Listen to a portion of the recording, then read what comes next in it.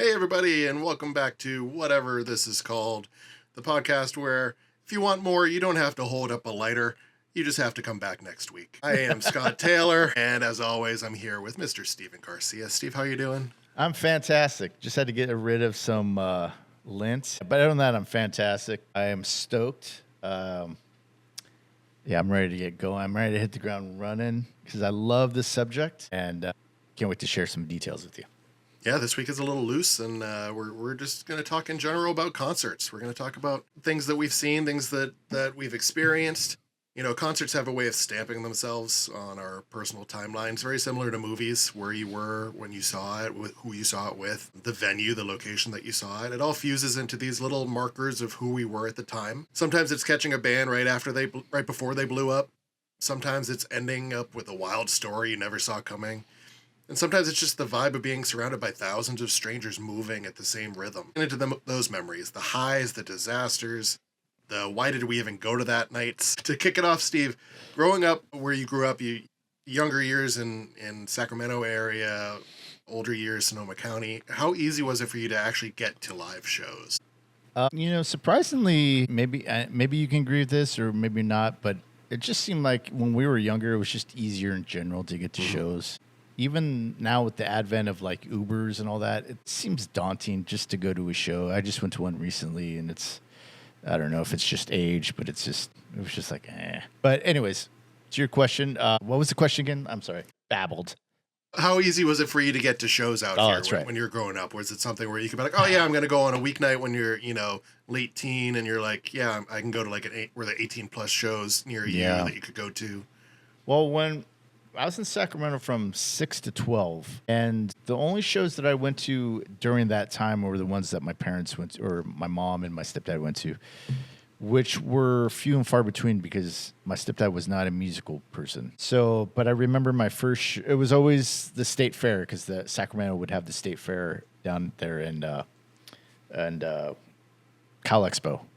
And so it was just this big fairground type place. They had concerts there and stuff. But, so my first concert was the Pointer Sisters, and I remember that being packed. I remember we were in the back, and we were with my mom and my stepdad and their friends. They had a couple of like couples, and we were just watching the Pointer Sisters. And it was easy in that aspect. In that we were already there. It was a free show because you paid to get into the fair. So in those days, just one payment to get in, and then everything else was free except for food and beers, of course. But yes, it was easy. I think when I got into my teens, it was just as easy. Seeing Danzig at the Phoenix in Petaluma was, I think, my first show in this area, and it was pretty easy. So yeah, and then as I got a car, 16, as soon as I got a car, I was going to every show by myself or with friends. So yeah, it was pretty easy, and it was pretty fun too. At that age, you just made an adventure out of it, or at least I did. And yeah. So, anyways, yeah. How about you? Like, what about you? Was it easier for you at that age, or what? So, growing up just outside of Boston and Cambridge, Massachusetts, music was all over the place. Like, you had a transit system that was easy to navigate, even when you were younger. You were able to hop on a train or a bus or both and make your way to specific locations pretty easily. Not a lot of underage locations. A lot of them were 18 plus. So my earlier years would have been bigger venue shows. So my first one specifically that I bought a ticket for was, and I actually have my notebook here with my ticket stubs. Look at you. I was very organized. I put this together probably 20 years ago. This wasn't at the time that I'd keep locking them, but I kept every ticket stub that I could, and they were valuable mementos to me. But my first show, December 13th, 1994, was Aerosmith at the Worcester Centrum. Don't say it like that, dude. It's Worcester. Come Worcester. on, dude. The Worcester Centrum. I sound all snooty going Worcester. The Worcester Centrum. Jackyl opened for them. Oh, Jackyl. What was the song that they had? I don't remember. I wasn't there for Jackyl. They did play the national anthem with their teeth on a guitar. I remember that. That was a big crowd pleaser. So the story behind this concert This was, here we go. Oh, Yes. two old guys talking. You used to have to go to a physical location and purchase tickets, right? You had to go, you could call in with a credit card, but I was, 16 then? I didn't have a credit card. So I would go to Harvard Square and I would go to Tower Records. And you'd go on a Saturday, you'd stand outside Tower Records till they opened, and then you'd walk up to the register and be like, I want tickets for this. They would slap down a laminated map of the facility, and they go, okay, I have 2 tickets here. And you'd have to look and be like, oh, I think those are good seats. Okay, yeah, I'll take those. Do you have anything over here? And they'd use this old dot matrix type, computer system where they're like, just typing in stuff and trying to find stuff, not as easy as we have nowadays. And then they'd print out the tickets for you right then. And I remember going to Tower Records and buying these tickets with the intent that I'm going to invite a girl. I'm going to find some girl that I can invite to see Aerosmith. And dummy me, Worcester's, like an hour drive away, something like that from Boston. I didn't have a car. There was no T system that got me to Worcester. I just bought the tickets. So I ended up leaning into my friend Adam, who his parents were a little bit younger and a little more hip. And I was like, hey, do you want this concert ticket, but your parents will have to drive us? And he was like, oh, yeah, let me ask. So his parents were like, sure, we'll drive you guys. And it was just the two of us, 16-year-olds, seeing Aerosmith. It was a Christmas show. So I remember when there was a big cloth over the stage after Jackyl, and it dropped, and they were all wearing Santa suits. Steven Tyler and all the band were wearing Santa suits. This is close enough to Boston that it's a home show for Aerosmith. Yeah. And so it was a big show, Hometown Boys. It was right when Get a Grip was hitting its peak. So you had a lot of buzz for Aerosmith back then. It wasn't just, hey, these are the guys that did Dream On and all these older songs. It was, no, they're hip now again. They're back Living in. an elevator. That doesn't Get a Grip. That was one before, but yeah. So you had them back in the pantheon of pop culture. You had them back in. You had, videos with Liv Tyler and Alicia Silverstone, going. That's the Aerosmith that I grew up with. That's interesting because, it was. I remember in '86 or '87 when they came out with, Love and Elevator. I forget what album that came off of, but they had horns, and. It was weird because I was young enough to where I would get those albums, and I didn't differentiate the ages or the stages of their career. I just thought, oh, it's Aerosmith. They're Dream On and stuff. And it wasn't until I got older and you look back and you go, yeah, that was their clean when they all got clean and started making records again. And it's the same thing like the Beatles thing. Like when I was a kid, I never really differentiated. Oh, this is the same band. You would listen to like Hey Jude, and you would think, oh, this is the same band that I Wanna Hold Your Hand. You didn't see that growth. You just thought, oh, it's the Beatles. And as far as Jackyl, I remember they were controversial because they had this song. I just looked it up right when you were beginning the story, Down on Me, which I don't remember. I can't recall the song at all, but I remember it being controversial just because it was, I don't know. They had a song called She Loves My Cock on their album. So they are very, I think, one-hit wonderish. Jackyl's one of the bands that I would picture, if you were at an amusement park or something like that, you do a ring toss and you get one of those like 12 by 12 mirrored plaques with, Poison or Jackyl or White Snake on it. Like that's what I picture Jackyl as, is having their name on one of those little mirrored things that you bring home with you. You notice that they don't have that now, because back then those things turned into, you put your party favors on there. Yeah. And now it's like, it was the amusement park version of the little glass roses at the checkout at the convenience store, Exactly. That's quite a show, though, man. Because I would always feel like I would have loved to have seen them in live. Mm-hmm. I never saw Tom Petty live, and I never saw Paul McCartney live. And they're another band that I wish I would have seen live. So it's funny that you say that, because my next concert was Tom Petty at the Boston Garden. You son of a bitch! With the Jayhawks opening up. The Jayhawks. Yeah, at the actual Boston. It was the only show I ever saw at the actual Boston Garden. This is before they tore it down to make what was the Fleet Center and whatever it might be called. Yeah. now. But this was another one that I was under 18. This was just a stadium show, and I was able to hop on the train with my friend Danny, go into Boston and see Tom Petty. I remember, balcony seats. I remember the air being thick up there, if you know what I mean, and got to see Tom Petty. And then we just hop on the train, or I think actually my dad came and picked us up.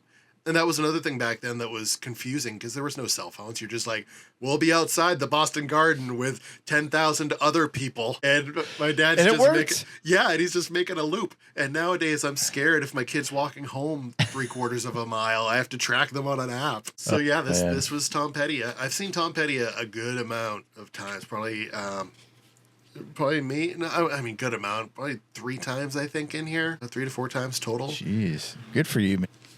But yeah, it was easy. It was easy for me in Boston because you'd be right there. And I can tell you how much the tickets cost too. Like back then, this was Tom Petty was, let's see, with service fee, it was like $35.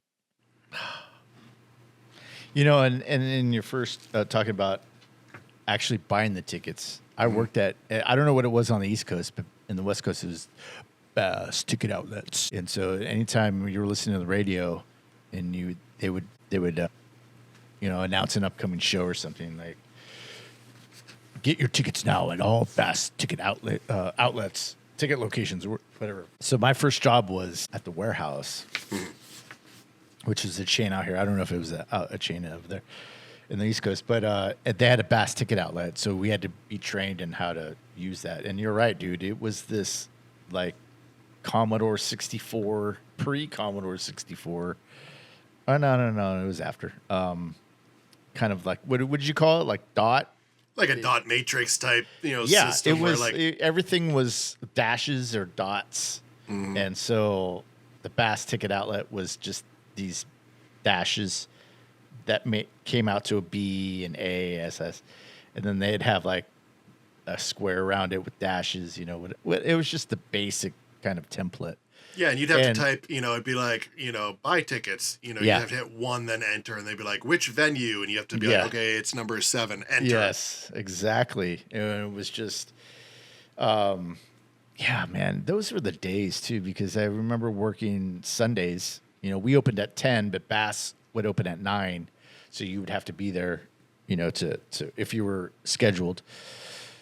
And you would open the doors, and they would just come running in and get in line, and then I like 2 tickets. The thing was too, in '94, that's when I was working at the Warehouse, and in '94, Jeff Buckley played almost monthly. It seemed like, but he played so much in San Francisco where we saw your favorite band.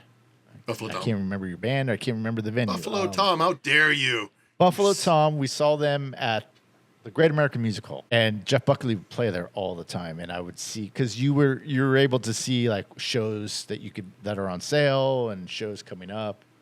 And he was always, and I never saw him. Wow. I was always like, oh, I'll see him next time. Oh, he's playing so much, I'll see him. He'll come around again. And unfortunately, he dies in '97, so I never got to see him. But Bass Ticket Outlet, dude. That was the shit. That was the thing. Once I got a credit card, you could call into Ticketmaster, right? You could call Ticketmaster. That was the other one. Like Saturday morning, they're going to sell at 10. You'd sit there on your home phone and start dialing and busy signal, and then finally you'd be in the queue. But you needed a credit card to do that. And if you're underage, you don't have one of those. And the ticket fees were, $35 to see Tom Petty. Now it'd be $200. You know. I remember when Green Day got popular off that Dookie album, and all their tickets are $20, and Pearl Jam tried to do something like that, but they tried to prove that it was a monopoly by saying you can only play at certain places, and they got shut down because it was a monopoly. But it was so weird because they were like, it's a monopoly. No, it's not. There's only one band. There's only one company that, or there's another company you could play for, but that company was owned by Ticketmaster. So it was such a weird thing. Anyways, but yeah, I digress. It was easy to buy. it was difficult because you had to physically go somewhere and buy tickets, but it was easy to do it because Yeah. it was inexpensive, right? You could be like, yeah, let's buy tickets to this, and we'll figure out if we're gonna go later or not, and we can always sell it to somebody. And usually the scalpers were the ones that were able to call in and get those, because you could get, if you got in line and you weren't first in line, you could get something in the first 20 rows, you know, and you could get something close to the stage. Nowadays, 60 Minutes just did a big expose on the scalping nowadays, you know, which you don't call it scalping now, but it's just these people that just have multiple accounts of one person or one company, but they have multiple accounts, so they're able to kind of jam the phone lines and get those high quality tickets. Yeah. That resale market is crazy now. Before you could be like, hey, I want to try to get front row tickets to something. You could find someone that could get them for you. Yeah. You could find someone that did get tickets or that always had the hookup to have those front row tickets. It was kind of bookie-esque, right? You knew someone that knew someone, and if you want to place a bet, you could place a bet. But you would have those things, or you'd have those ticket distributors where you'd go in and be like, okay, I want these tickets, and they'll be like, okay, we have these ones here, or we have these ones here, because they had pre-bought them. But it was easy to do. You could go just buy the tickets and be like, yeah, okay, great. This is in a couple weeks, couple months. I can just hold onto these tickets, and not worry about it. I wanted to rapid fire some of these other shows that I went to here real quick for you, because I think you'll be like, really? So after just from these kind of bigger shows before it went to concert type shows, Queensryche. I saw them too. This amphitheater. Now, I wasn't a Queensryche fan. It was Type O Negative was opening, and my friends and I were like, we like Type O Negative. And so we went to see Type O because Type O Negative there, and Queensryche was just like, it's Queensryche. It's we went for my friend's dad. He liked Queensryche, but we liked Type O Negative. And then there was Bush opening up with Goo Goo Dolls and Nana the band Rose. Bush. Okay. The band okay. Bush. Yes, I had not seen Bush before this moment in any form. Actually, I was probably 16. I had something going on down there. So yeah. So Bush with Goo Goo Dolls. That was an interesting story because this was a drive to Rhode Island, which again, growing up East Coast, you might be like, oh, you drove to another state, because California, it's like it takes hours to drive to another state in any direction. Right. This was like a 40-minute drive from Boston to Providence, Rhode Island. Yeah. Or this might have actually been Connecticut. I think it was Connecticut, which is, again, just don't lie. Like an hour drive away. But I remember there was a snowstorm, and my cousin and I, who was a couple years older than me, had a credit card, had a car, had booked a hotel for us to spend the night down there. And we drove down there, huge snowstorm. We checked in the hotel, and there was someone there with a bunch of laundry bags, and he was like, hey, you guys going to the show? And you're like, yeah. He's like, oh, I'm with the Goo Goo Dolls. Could you give me a ride over there? Like, a cab won't come and take me because it's just over the freeway in this weather. And we were like, yeah, sure. Let us drop our stuff off. We'll drive you over there. We had nothing else to do. And we just figured he was like a roadie or something like that. And so we were talking to him, and it turns out he was the drummer of the Goo Goo Dolls. And he had joined the band just recently, for A Boy Named Goo. I think he hopped on for that. Yeah. And we gave him a ride over. He flashed his credentials, took us through the back there. Got to go on the bus. There was the two other members. Johnny Resnick was there. And they were just sitting there talking. And we got to say hi. He gave my cousin a couple beers. Oh, and nice. That was it. But again, before cell phones, before thinking of bringing a disposable camera with me to a concert or a weekend, just a 16-year-old seat of the pants type stuff. I got my keys. I got my wallet. That's it. Damn. So dude. no proof, no physical proof that happened. But you're lying. I have good friends, best friends at the time that were like, bullshit, that didn't happen. You're just making this up. I'm like, dude, I swear this happened. They're like, man, what a different time. It sounds very made up. But then I saw the Chili Peppers at the Fleet Center. That was back when Navarro was playing with them. Gin Blossoms, saw them at a big amphitheater type show. There was other amphitheater type shows, like Great Woods was the big one. That's like Shoreline is to you. Yeah. Where you have a lawn section in the back. I hate Shoreline, though. I went to plenty of shows at Shoreline, but I will not go there anymore. Yeah, as an adult, it's like the location is difficult. Yeah. Down there, parking, getting out of there is horrible. It's just not worth it. Well, I mean, if you're not in the first 20 rows, then you might as well just be up in the lawn because it's so spacious, right? So there's a section 100, which is close. If you're not in that section, then you might as well be in the lawn. Then there's section 200, which is there's this huge gap, and then there's these seats, and then there's the lawn. And when you're on the lawn, you can watch it on these big like TV screens that they have up there. But then you might as because you look and they're just little ants, and you're like, I'll just go home and watch it on YouTube when someone films it or something, you know.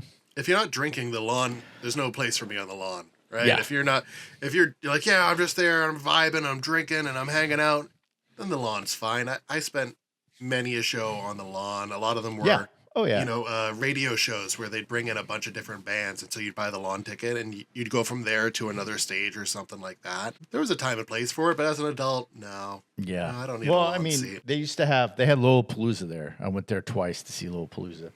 They had this thing live 105. I don't even know if that station exists anymore, but they used to have this thing called the BFD. Big fucking day or something like I can't remember what it is. And they would have, it was like a Lollapalooza type of thing. And it was a festival and I saw Bush there. I saw a bunch of bands there. I don't even remember now. But yeah, it's when you're that age, yeah, that's fine. But now it's like, if I'm going to spend like a couple $100 on tickets and food and all that and parking, and then I'm just going to watch it on the screen, I might as well just stay at home and I'll watch it through somebody's iPhone, you know, or something. Yeah.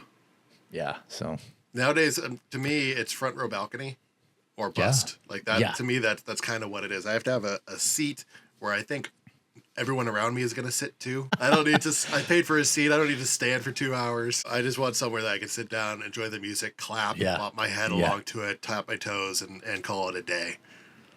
Yeah, I think that's where I'm at too. I mean, the last arena show that I went to was Pearl Jam in 21, I think, at the Oakland Coliseum Arena. And it was nosebleed. It was in the back, up in the nosebleed. We had seats. The only thing is that I'm just a really unlucky person. So there was nobody on the side of us, nobody in back of us. But we had 3 people right in front of us, and they stood the whole time, which I'm normally not. I don't care. But I wanted to sit, and the only way I could watch is if I kind of did this and looked between them. But there was nobody in front of them, nobody on the side of them, nobody on the side of us. It was just, hey, buddy, can you move over? Look, I'm an old guy. I just want to sit down. That's all. So, I mean, that was kind of the thing. I feel you on that. There's rules now as an elder statesman, that there has to be decent parking. It has to not be, what level of stress is it going to be to enjoy the show? Right. Am I going to have to take the day off tomorrow? What time am I going to get home? I think Jamie Lee Curtis said, why can't I see Coldplay at 4:00 on a Sunday? Right? Be done by 6:30. I'm home in my pajamas by 7. Why can't I do that? Well, I went and saw The Counting Crows a couple weeks ago at the Greek Theater in Berkeley. My cousin had some tickets. He works for a radio station, so sometimes he gets tickets. And so I went with him, and I'm like, okay, so it's a Tuesday night, or it's a Wednesday night. Okay, show's probably going to start at 9 or 8. First band comes on at 8:30, 9:30. Counting Crows, we're out by 11, so I'll be home by maybe 1. And so I asked him the day of the show. I'm like, so what time are we leaving today? And he goes, well, the show starts at 6:30. So I was thinking maybe 4. I'm like, 6:30? I go, so does that mean the first band comes on at 7? He's like, I don't know. If that's true, then Counting Crows will come on at 8, 8:30. Wow. And they came on at 8. They had a 10 o'clock curfew, a sound curfew, because I realized the Greek Theater is on the campus of Berkeley. So, obviously they have people around them, houses and everything. So they had a sound curfew, I think. But man, I was stoked. We were out of there by 10, 9:45, because they left their encores. We just stayed for one encore song, And then we left, and then it was like, oh, wow, this is cool. So it was kind of like they started early because we got there about 10 to 7, and Gaslight Anthem came on, and they were the opening band. So I was like, this is perfect. It was still light outside. It was great. It was awesome. Yeah, they should definitely have shows earlier. I don't see a need for it to be so late, and I don't need 3 bands, 4 bands anymore. Just give me 2. That's great. I'm fine with 2. Give me an opener and a main person that goes on at like 8:00. Yeah. Opener at 7 to 7:45. Lead goes on 8:15 maybe. That's great. So this week I'm going to Weird Al, which is and he's in at multiple locations, including Shoreline near us. I think he was there last night, as of recording this. And he's playing locally. He's playing at a college, Sonoma State, at their center. And he's going to be over by, maybe 10:30 probably, I would expect. Yeah. So anybody seeing the show, you're home, by like 11. It's not a hard commute. Parking is fine. It's not a choke point where you can only get out one exit like Shoreline is. Yeah. So it won't be a bad thing. I do have VIP tickets, so he does his meet and greet afterwards, and he has to relax and shower, and then he comes out. So I hear I won't be getting out of there till like 1:30 at night. And then he starts meeting people at like midnight or something like that. So it's going to be a late night. I'm still okay with a late night here and there. Yeah. On a work night, I see it as, look, you go experience life, go do it. If it's somewhere local, somewhere that's within Sonoma County to me now. But I'm not going to go to the city for something or go over the bridge to Oakland or something for a show. Yeah, it's just like you said, the logistics of it. I went and saw the Flaming Lips a couple years ago in San Francisco, and I had my parking space all picked out beforehand. It was a parking garage, so I knew where I was going to park. It was like maybe 4 or 5 blocks from the venue. I just had to have it all planned out before I went. And when I got to the city, it was exactly how I planned it. It just takes a lot out of you. When I was like 16, when I get my license, 16 till about 30, it was like, who cares? I'll figure it out when we get there. Like we'll find a parking spot and we'll just do it. We'll do it was like the Bill O'Reilly thing. Like, we'll do it live. Like we just did it. And that was, there's a beauty to that, I suppose, but that's just youth, Yeah. So yeah, youth, like I said, Boston had so many venues and such a transit system that you could get to anything. Just right outside of Fenway Park was Lansdowne Street. And it was an entire row of venues and bars. Oh. So you had a bigger ballroom type place like Avalon. You had smaller things like Bill's Bar. You had Mamakins, which was a bar that Steven Tyler and Aerosmith owned, hence the Mamakins name. So you had all these venues just on that one strip there. And I remember there was one of the radio stations, WFNX, would do a poll with a local small paper every year, the Music Poll of Boston. And they do a big show with a bunch of the bands that were involved in that. And one year they shut down Lansdowne Street, and you could buy a ticket, and they'd have like 3 or 4 acts in every venue there. And you could just get onto the street and go to whichever one you wanted to.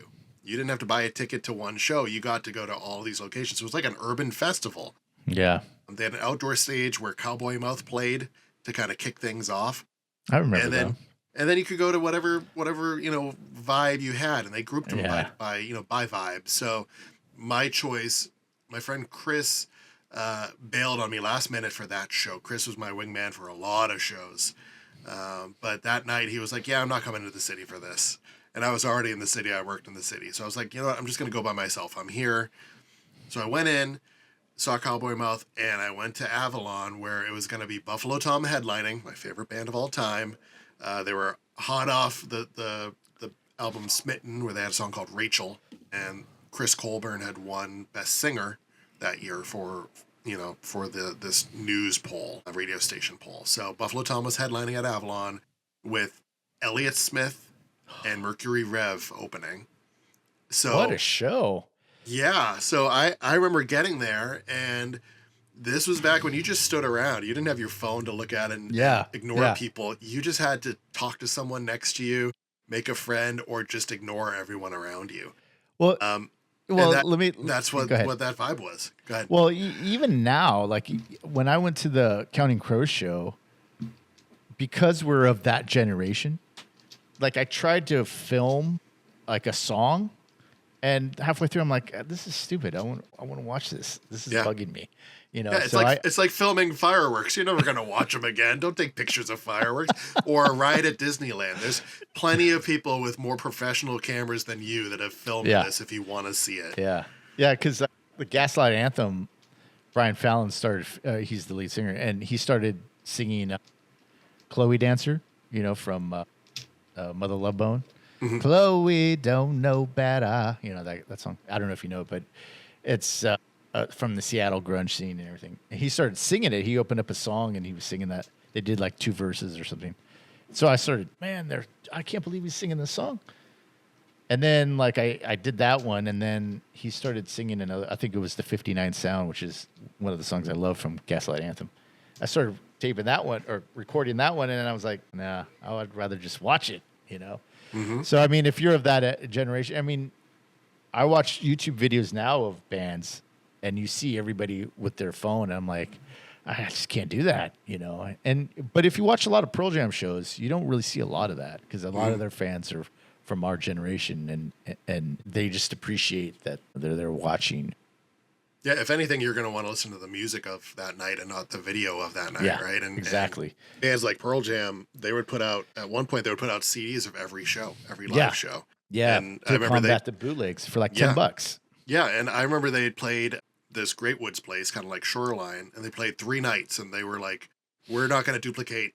We're going to play every song we've played on this tour over those 3 nights. So if you bought all 3 of them, yeah, you got some duplicate songs. But by the 3rd night, which is when I saw them, they were like, we're not going to be able to keep that promise unless we open for ourselves. So they did an acoustic set very Yeah. early on in the night. Yeah. And then I think it was the Buzzcocks were opening for them. And then they did their normal set, but they wanted to be able to play every single song. You could get it on CD. Well, it's one of their most famous shows. Like you look back at the history of that band, and there's a lot of famous live shows. You know, them in Atlanta, and then in the bootleg series. But above that, even is that that 3-night stay in Boston is just one of the great runs, I guess, 3-night stands. Yeah, the fact that you could sell out one band 3 nights, like that's, Yeah. you know, Yeah. and it wasn't the same crowd every night. There were some diehard fans, but Yeah. the fact that you were able to sell it out, that's Well, amazing. yeah, their fans travel well, dude. Their fans, you know, like I think I told you, I went and their last year when they released their album, I went and saw it in the theater. It wasn't a live show or anything, but it was just their album with like some visuals on the screen. But before it started, I was talking to a couple people because I got there really early, and there was already 2 people there, or 3 people, a girl and her husband, and then this other girl. And I started talking with them, and they're huge fans. One was from Brazil, and she came to the States just to kind of go up and down the coast. I think she was in LA to watch these things in the theaters. And that's a commitment, man, from Brazil. And then there's another girl and her husband, and she says that she flies all around the country. So Pearl Jam fans really get it. They yeah. Do you have any like, why did I go to that? Or I can't believe I saw that type concert moments? Let's see. You know, not planning on it, but afterward I had that feeling, which was Soundgarden on their last tour. Really a horrible show. Like, you could just tell they didn't want to be there. Like, Chris Cornell didn't move. The bass player didn't move. Now, if you saw their shows earlier in the 90s, this was 97, 98. If you just saw them like 3 or 4 years before that, you know how they are on stage live. And Chris Cornell just stood in front of the mic, didn't move. Kim Thale, which doesn't move anyways, but he stood in his place. Ben Shepherd, who would normally throw his bass around and jump around, and he just stood there with his legs crossed playing his bass parts. And it was like, and I remember toward the end, even people were like, boo. And Chris Cornell was like, shut up. You know, here's another song. And they would just no really banter in between songs, and then like they broke up after that tour, and you could just tell it was horrible. But other than that, no. I mean, I don't. No, I don't. I don't. I think I don't remember. Yeah, I liked all the bands that I went and saw. So I I'm have cool like one. that. I I have one where I can proudly say that I saw Van Halen live. Right? Yeah. I can say I saw Van Halen. That's pretty cool, right? Yeah. I don't have to tell you it was the Gary Cherone Van Halen. I can just say that I saw Van Halen live. Right? You go see David Lee Roth Van Halen, you're like, all right, that's cool. Yeah. You say, oh, I saw Sammy Hagar Van Halen. You're like, oh, that's pretty cool too in its own way, Yeah. right? I can appreciate both of those Van Halens. But I saw Gary Cherone Van Halen at a show where it's, again, hometown show because Massachusetts is so small. So you go to Great Woods, it's their hometown show of the summer. And they play like 4 songs, I believe. You can find this on YouTube. And then it goes silent. It cuts out. And Gary Cherone goes, hey, you guys, we're going to continue, but I'll be back in 10 minutes. Will you guys wait for us? He's like, I got to go to the bathroom. And you're like, everyone's like, yeah, okay, yeah. And then I got to take a shit. Yeah, you're waiting there and you're like, what is going on? And then he comes back on. He goes, hey, listen, I really can't do this tonight. My voice isn't doing it. So can you guys come back tomorrow night? And everyone's just like, what? Yeah, I guess we could come back. And so they play again the other night. I get Johnny Lang opened, guitar virtuoso Johnny Lang. Yeah, I remember him. And I guess he was like almost like on the plane to the next location, right? Like, and they were like, hey, dude, can you come back tomorrow night? Like, we had a free night. Can you come back again? And so people had to come back the next night to hear Gary Cherone play a full night of Van Halen hits. Did you go back the next night? I believe I did. Yeah. I remember looking at my better? cousin. I don't think so. I don't think I cared really, right? Like, I think it was just like, I'm going just to see Van Halen, even if it was the Gary Cherone one.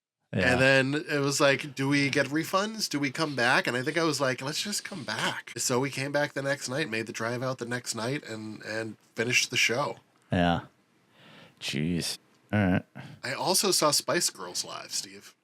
You saw Spice Girls? I saw the Spice Girls at Great Woods in 1998. It was another one of those things where you'd buy tickets and be like, yeah, okay, well, let's go see it. The biggest thing, right? The Spice Girls are huge. And I remember specifically that there were 4 of us, and I had the seat next to another person, and it was a little person that was wearing overalls. I remember like it was like a fever dream type thing, like just a detail that I remember. I don't know why I remember that. Yeah. And then I remember the band coming out, and there was no opener.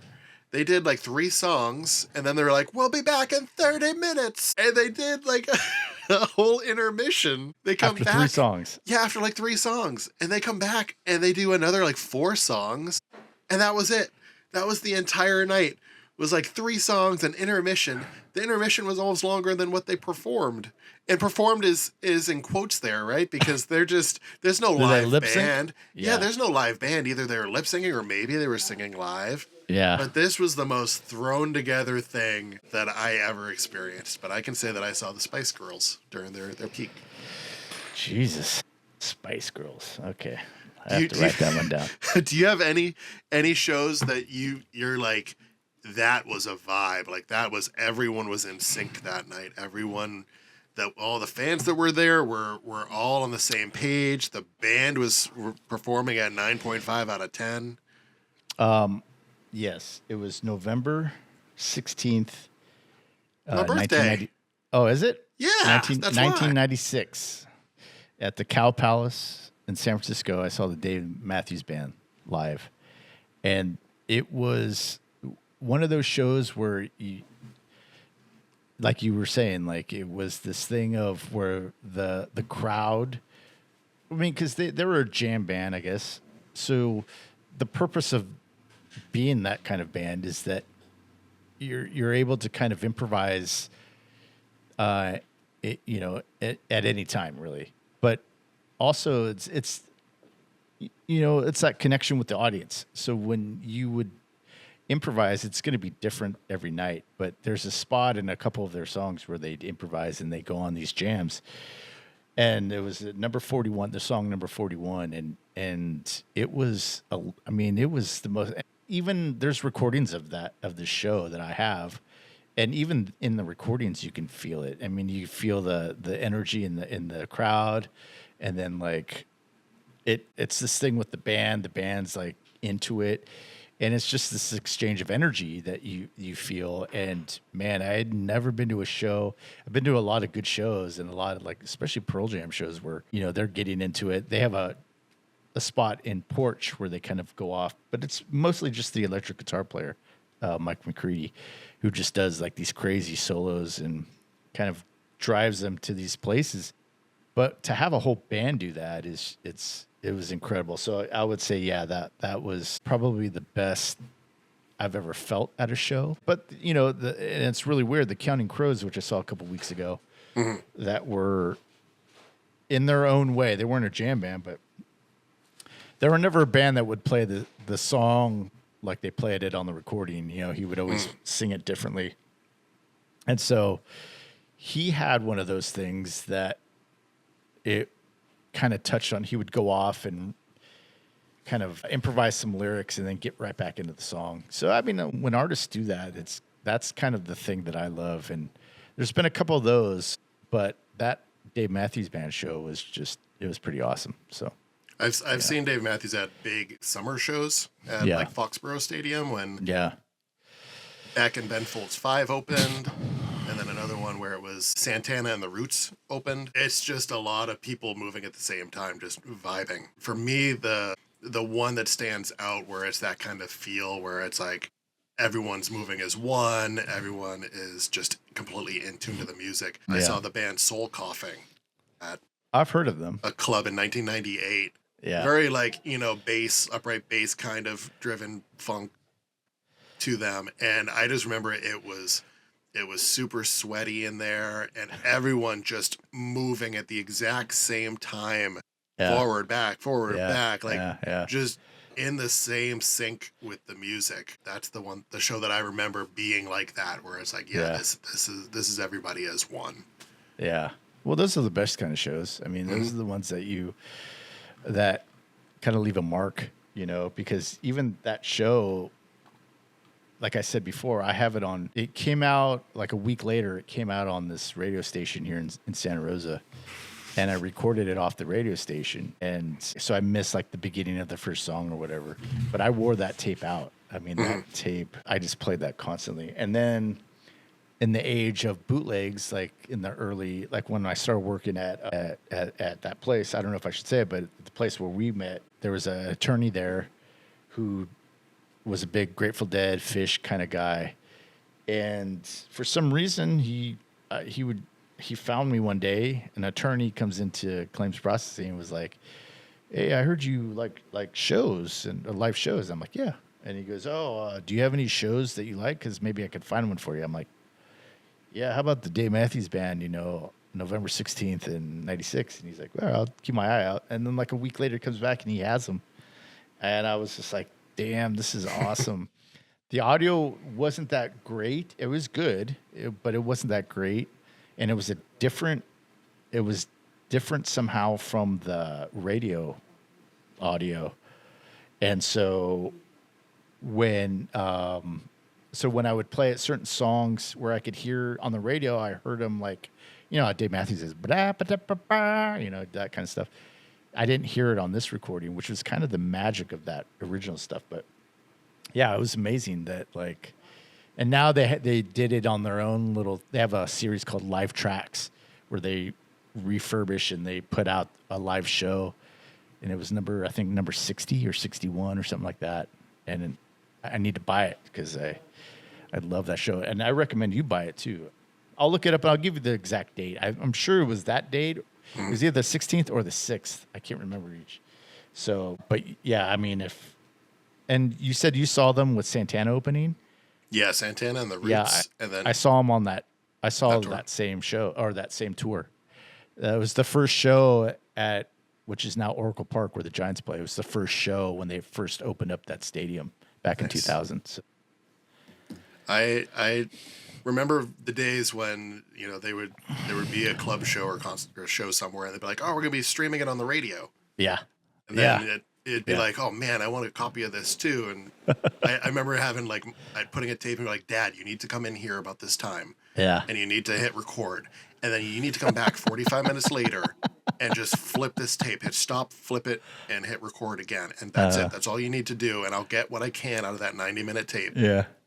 I remember those days. Yeah, Are there any bands that you saw before they kind of blew up, or like before they were going to hit that tipping point? Bush. That's that band. I saw them play at, where was it? Some place in San Francisco. I got old man brain here. I can't remember the venue, but it was a pretty popular venue. And when it closed, everybody was it was a real bummer. It was, I can't remember the name, damn it. But it was, I saw them in San Francisco, and it's where real famous bands come to play, but they're not famous enough to play at the Warfield or a bigger venue like that. So I saw Bush. The Toadies opened up for him. And Bush was like, I was like 10 feet away from the stage, and I saw Mare Winningham there. She was hanging around backstage with her with a little kid, and and the backstage area. You went down these stairs to go backstage, I guess. And so I saw her would come up, and then she would go back down. She would come up and go back down throughout. So I guess she was a big Bush fan. I didn't realize that. But yeah, that was Bush. And then like a month later, they got huge. And then when I saw them at BFD one year where they were playing at Shoreline. But then after that, yeah, they were just huge. I saw them like a month before they got big. And on that tour that I saw them on, that's when they got big. And so they came around again on that tour for like another leg of it. And yeah, I had to see them at Shoreline because they got huge. So yeah, that was this one. I think that, and I saw Incubus. They played at the end of the beginning in Cotati, and they were sandwiched in between these two local bands. The local bands sucked. They were not good. But there's this band from Santa Barbara, and it was Incubus, and the lead singer had these long dreads, and he played a djembe. And then probably 3 or 4 years later, they got huge, and I was like, oh, I saw them. And then my cousin, I'd never saw him, but my cousin in Cotati, there used to be this place. It's now it's like right next to the fire station. It used to be it was called the Cotati Cabaret, and now it's some sort of church for Islam or something. I can't remember what religion, but it used to be called the Cotati Cabaret, and the Red Hot Chili Peppers played there back in in the late 80s. And my cousin saw him there, and he said there was 50 people there. So, Nice. Yeah. So, yeah. A couple bands. I had friends that saw Pearl Jam at the Orpheum Theater in Boston. First album, 10, saw it when 10 was coming out, or 10 had just come out. I have an interesting story about that. So Versus came out in 93, and I was living in Santa Rosa. And one of the people I went to high school with, who I'd never really, somehow we just kind of touched. She was with a boyfriend or something, and they were big Pearl Jam fans, and so we were like, well, let's go see them. They're going to play at the Warfield. So we went to the Warfield, and we tried to buy tickets from Scout or people that were like, I got an extra ticket. And we were out there for probably about an hour, and we were just striking out. Finally, this woman walks up to me, and she's like, hey, you looking for tickets? I got 2. And I'm like, yeah, Maureen. And my friend runs over, and I'm like, yeah, I'll give you 100. I'll give you 120 for both of those. And then this guy comes up right next to me and goes, yeah, I got $50 each. And, or no, I said, I'll give you $60 for both of them. Or $60 for each of them, sorry. So that's $120. This guy comes up next to me, and he's like, I'll give you $100 for both of them. And she goes, okay, sold. And I was like, I just offered you the 120. She's like, oh, I'm sorry. I didn't know what you were saying. So we had to listen to the concert. Henry Rollins opened up. We had to listen to the concert outside the venue. And Henry Rollins came out, stood next to us and listened, but I was so heartbroken. They were so hard to see. Mm-hmm. And then after that, in Vitology, they went on that thing of we're not going to play Ticketmaster venues, and so you would have to we had to go to San Jose at Spartan Stadium where the football team plays and watch them there. But I think there was 10 shows for like a leg of the tour, and then you had to wait 6 months, and then there was another 15, and San Jose was the closest place. And so they were just so hard to see from 94, 93, 94 till I would say mid 2000s, because they were just so anti everything really. And for me anyways, it was just hard to see them. And then anytime they did play local, it was like a festival. So I didn't go. They played some that Tibetan Freedom concerts, and lucky I didn't go because they got sick and pulled out at the last minute. So they were just hard to see, hard to see for a while. So when I was flipping through my notes here and kind of cataloging stuff, I realized that there are bands I saw that opened that I'm like, oh, they made it big. So the biggest one for that, where they were like an opener and they actually made it really big. I saw Better Than Ezra in 1999. And I saw Better Than Ezra so many times. Oh, really? Living in Boston. They're from Boston? No, they're from Louisiana, I think. But it's such a multiple college town. It's like the college town because you have so many colleges. Yeah, you got BU, you got Harvard. BU, BC, Harvard. BC, yeah. Leslie, you've got UMass. You've got all these schools in this small area. And along with the kids that weren't going to those college, right? Right. But you always had a new batch of kids coming in wanting to see music. So you could have a band like Better Than Ezra that, they could be on not one of their biggest albums, but they still put out a new album and they're like, oh yeah, I love that band. I want to see them.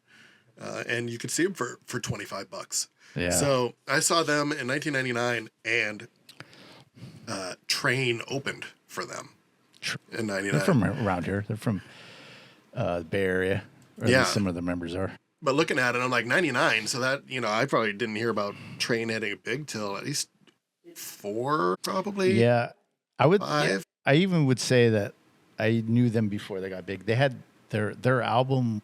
They had it as like an independent album, and I had that album before they had their major label. Before, was it Sweet Virginia was their hit, breakout hit or something? And I remember having that album because I remember at some point the lead singer was living in Petaluma, and that was the big thing. Was like, oh, these guys are getting big. And then when they got signed, they re-released the album and they remixed some songs and stuff on there. So yeah, Train was a big one around here. Yeah, that was one that stuck out to me. And then in 97, I did a lot of the festival circuits, so like the radio festivals in the summer and stuff. I'd always go to those. And so my senior year of high school, this was the weekend before I graduated. It was a 2-day thing, the BCN River Rave, and multiple stages. And I remember seeing Matchbox 20 on the side stage. And I loved, that it was a great album that Yourself or Someone Like You was really good. And I remember seeing them there, and that was, Push had just come out on the radio, but they were yet to be like, big stars. Yeah. Rob Thomas was yet to hit it. I remember I was wearing my hat from when I met the Goo Goo Dolls, which nobody believed me. And it was this purple hat with it said Goo on it. And I remember I was wearing that, and a girl wanted to crowd surf, and so I knelt down to help her lift up. And when I did, my head knocked. And my hat was off, and I was like, where's my hat? And I look, and she's wearing it as she's surfing towards the stage. I was like, that's my hat, man. That's from when I met the Goo Goo Dolls that nobody believes me. And so at some point she falls, and I was like, oh, maybe she'll come back with my hat. And then I see my hat fly into the air and come back down, and then I see it fly, and it lands over the security guard, over the rail there. Yeah. And so I'm like, I've never seen that again. So the band, it ends, and it's a festival show, so it kind of clears out. People don't want to see the next band or whatever. Yeah. And so I move up, and I see my hat sitting there. I was like, I remember asking security guard, hey, can you grab my hat? And the guy grabs it for me, so nice. I got to keep my hat. Oh, that's cool. Yeah. Sweet, dude. Yeah, so many concerts out there, man. Yeah, there's a lot. And it's like movies, like we talked about, where you can pinpoint who you were with, you can pinpoint the vibe of it, and what mental state you were in when you saw them. Yeah. You know, at the end of the day, that it's less about the set list and more about the stories, right? Who you went with, what weird stuff happened, how they stick with you, and whether it's a legendary performance or a total bust, or just something you went to so you could say you were there. Hello, Gary Cherone. Live music has a way of writing itself into your personal history. And looking back, you know, I wouldn't trade any of those moments. Those are great moments that kind of hit to your core. So what about you guys out there? Do you guys have any core music moments, concerts you went to? I want to hear it. Yeah, we love those stories. Those are very heartfelt moments, very personal moments. So share them with us. Let us know what was your first concert? What was your best concert? What's the concert you look back and you're like, that was lightning in a bottle, even good, bad, or worse. That was something that I'm happy that I saw that people won't remember and people won't believe that I met the Goo Goo Dolls doing laundry in Connecticut, Rhode Island. So hit us up on the socials, put us down there, let us know. We want to hear from you, and we'll be back again next week with more of whatever this is called. See you later. See you guys.